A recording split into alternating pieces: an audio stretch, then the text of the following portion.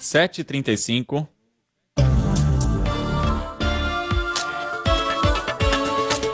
Jornal da CBN.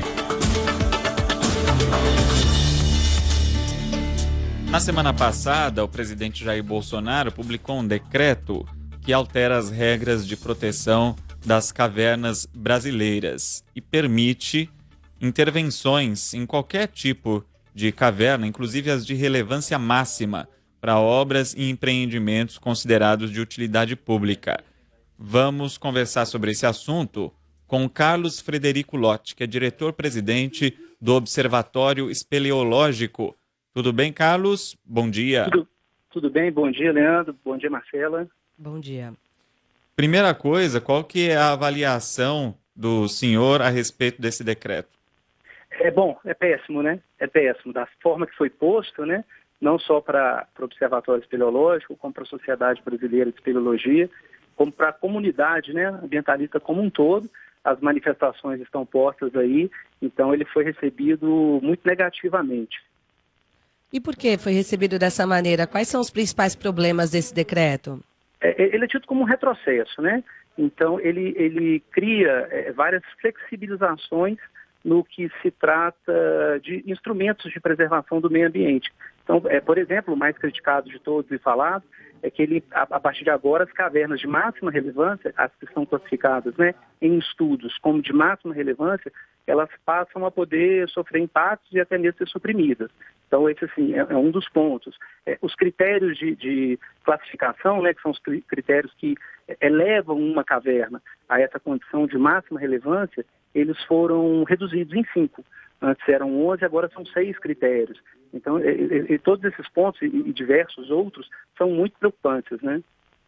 Agora, há restrições, né? Continua o pedido de licença ambiental, mesmo assim, o senhor acha que essas áreas estão em risco? Sim, porque o que acontece, né? Um dos critérios, agora, o de reclassificação, por exemplo, ele é dado, antes ele era feito por um órgão federal, que é o SECAV, né, que é um órgão especializado em cavernas, e ele era feito pelo SECAV, e é um órgão federal, muito bem equipado, é um órgão que já tem uma interlocução com toda a sociedade civil, com toda a comunidade acadêmica, é uma interlocução de anos, né? E aí esse decreto ele joga para baixo essa competência, joga para os órgãos licenciadores.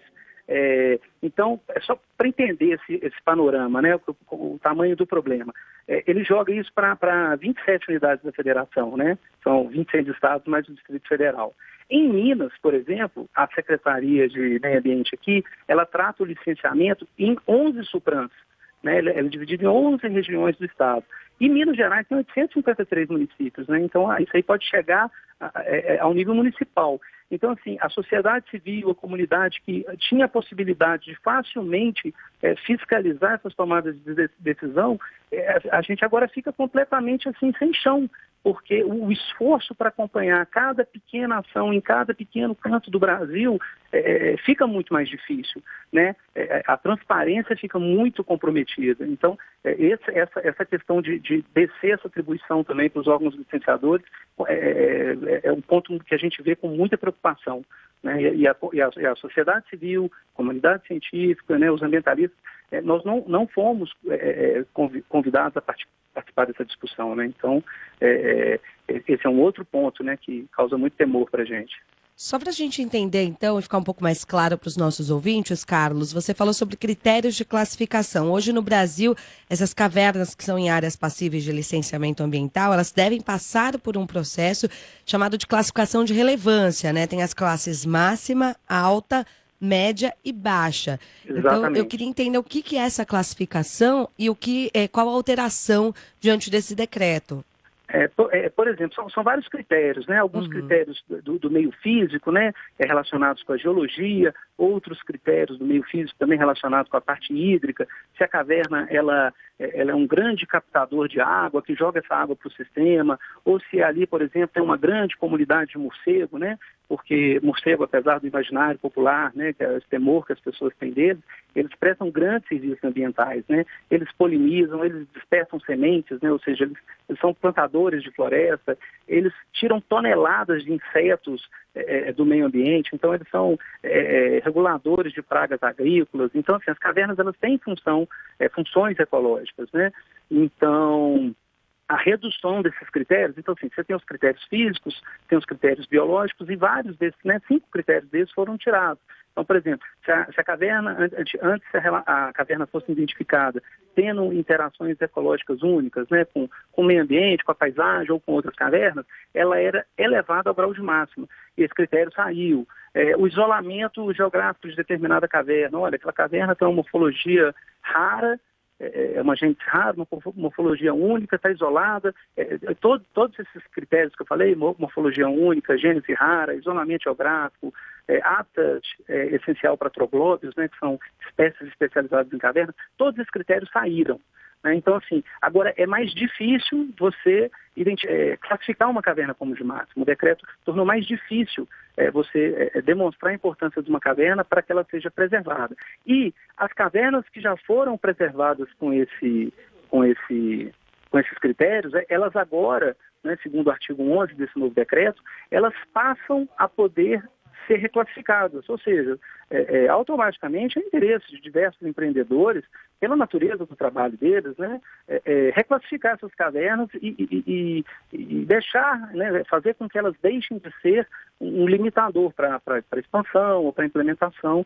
Então, essa redução ela é muito crítica, ela é muito, muito perigosa e coloca em risco, assim, centenas de cavernas no Brasil. A gente ouve falar muito sobre o desmatamento, mas pouco se fala, né, sobre a importância das cavernas. Queria que você detalhasse mais para o nosso ouvinte. Já falou sobre a função dos morcegos. Aliás, quando a interferência dessa monta no meio ambiente, há risco, inclusive, de propagação de doenças, né? E para o meio ambiente, qual que é a função das cavernas, inclusive histórica também, né?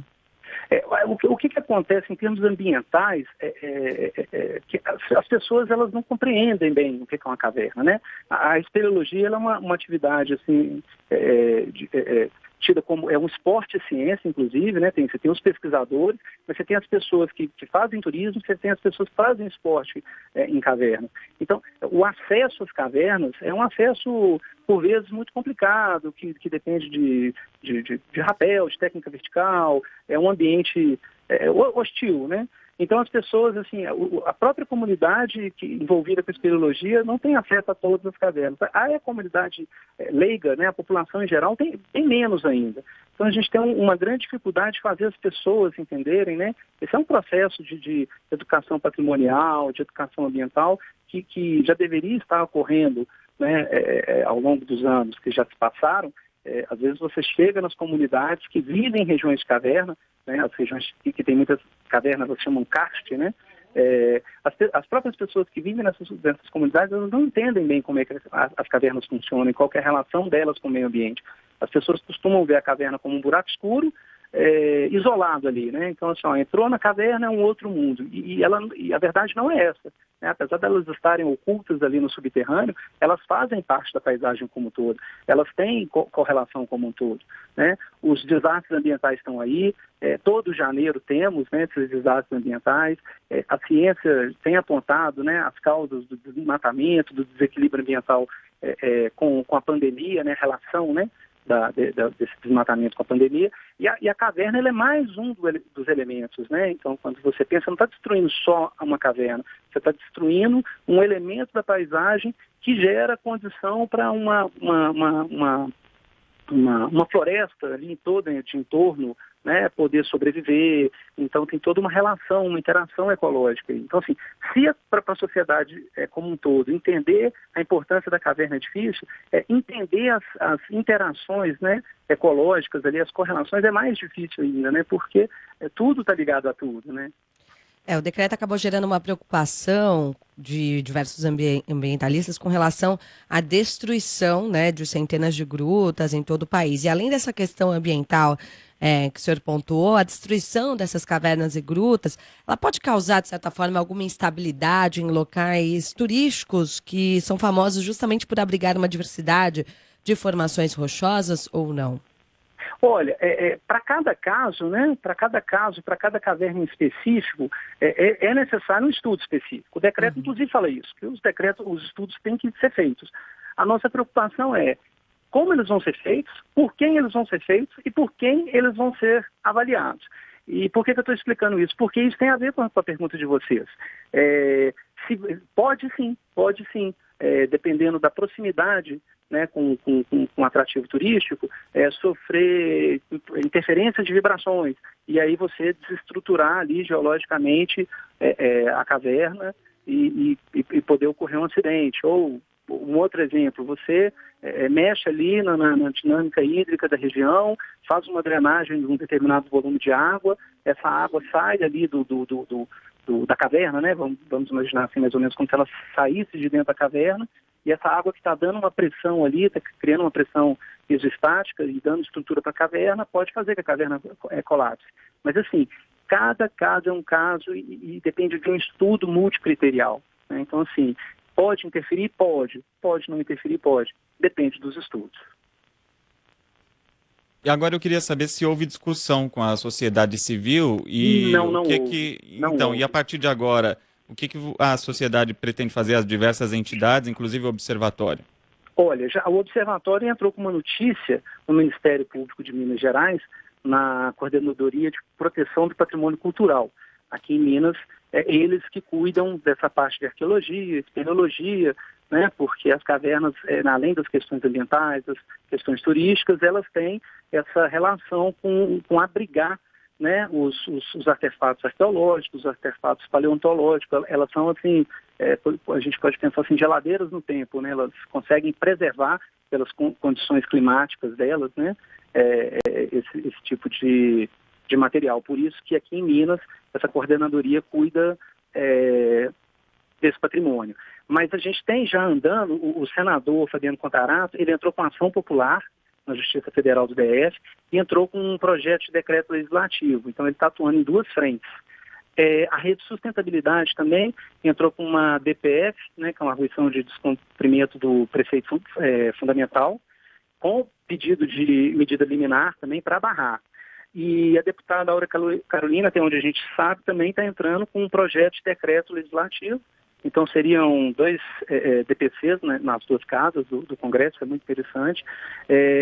E a sociedade brasileira também está se mobilizando, vai entrar com algum tipo de solicitação à PGR. Então a comunidade como um todo está se mobilizando.